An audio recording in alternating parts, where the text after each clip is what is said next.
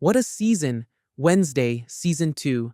Part 1 was insane, and if I were you, I wouldn't expect less from Part 2. We had all these new outcasts rising from the deaths, and of course Wednesday with her emotionless face. And now, Part 2 is officially offering even more. So, let's talk about it. Where do I even start? Okay, so we got a new stalker this season, or should I say we got the Avian. Wednesday spent her entire time trying to find who it was because she thought the Avian would be the one to kill Enid. But mark my words, based on the rumors coming from behind the scenes, I think we can safely conclude that it'll be Tyler. I mean, Wednesday won't let him, but he will be the one trying. That's for sure. Anyways, with her intelligence, she didn't need Gotti's book, which she desperately wanted back. She thought her powers are gone with the book, but she'll gain them back in Season 2, and someone will help her. Someone you have never thought about. I'll get back to that in a minute. Besides that, we all knew she could have done it with or without the book. So she sent Uncle Fester, who is definitely one of my favorite characters, to Willow Hill, the outcast asylum, to find what she's been looking for. And that would be outcasts that were thought to have died years ago. But turns out they were not dead. They were kidnapped for experiments. The experiments that will give normies outcast powers. By the way, I have to admit, I kinda like this sick experimental storyline. I know, don't judge me. Now, I have to stop here for just a second and share with you a little detail. Many years ago, Nevermore had a normie teacher, Augustus Stonehurst, who later confined to the asylum as a patient. When I first learned that, I was like, why? Why would he want to be with outcasts? Turns out he was the psychotic man who took the outcasts, put them in cells and experimented on them. And the Avian was his daughter, which he also experimented on in order to give her powers while working on the long-term outcast integration study, aka Lois. So in the end, all of the outcasts are free, and that means we'll see a lot of crazy outcasts, which we don't know what they're capable of. But most importantly, the Lois outcasts are free, and the first thing they did was to try and kill the Avian, but they won't be successful. Avian, aka Judy, has one of the strongest powers. She killed all those people and didn't get caught because she has all those crows to help her. So in Part 2, police will find those Lois outcasts dead in the basement with their eyes poked out, and Judy will want to take revenge since Wednesday ruined everything and caused her father's tragic death.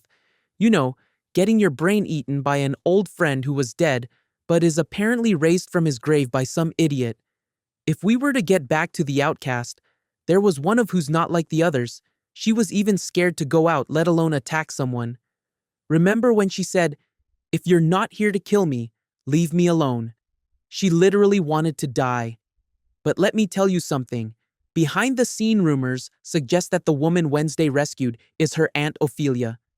Wednesday has been asking questions about her since the beginning of Season 2, and she finally found her.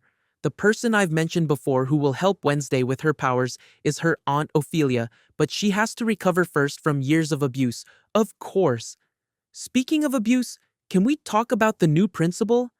I mean, he's the worst. He's going around threatening Bianca and making her do things she doesn't want. But in Part 2, there'll be more to him. He won't only be an abuser, you'll see, and he's not definitely the best principal. I can also assure you that there's something about this music teacher, Isadora. At this point, she can even be Laurel's sister. I think they really look alike. Laurel knew that Tyler was going to kill her when she was transferred to Willow Hill. Even if she didn't, Tyler told her several times, but she kept telling him that she'll get him out. After Laurel was dead, Tyler would need a master, and there's a really good chance Isadora can be it. We see Tyler locked up, so at least someone must have got him. I mean, she came up from nowhere, and she was in the asylum the night that everybody escaped, but we never saw her again after she played piano. So the question is, where is she? Let's put a pin in these and talk about the zombie, aka Slurp, shall we? We still don't know his name and who he was, but we know that he was also a teacher at Nevermore since he called Augustus old friend. From what I've heard, they worked together back then, which cost his life.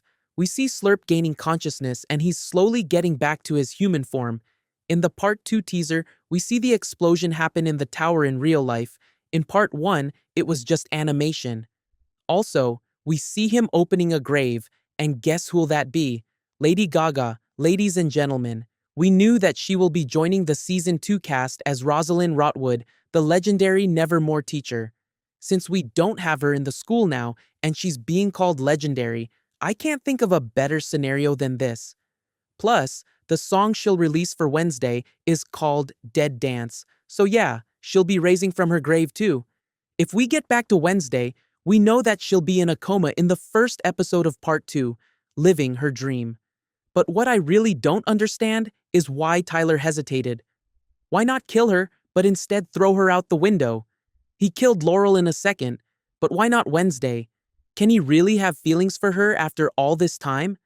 No, I don't think so. I think he just wanted to kill all her friends and make her watch it. This was basically everything from Part 1 and what we can expect from Part 2.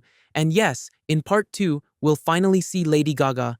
I'm really excited about her character and the probable love story between her and Slurp. As I mentioned before, we'll also see Slurp's human form, which will be portrayed by Owen Painter. So we'll have at least 3 new cast members, including Ophelia. The storyline keeps getting more and more complicated in each episode, and we only have 4 more episodes left to solve all those mysteries. Thankfully, we all get to see that on the 3rd of September, so less than a month later. I literally can't wait for it. So, until we get Part 2, you can check the video on the screen and don't forget to follow for more Wednesday content.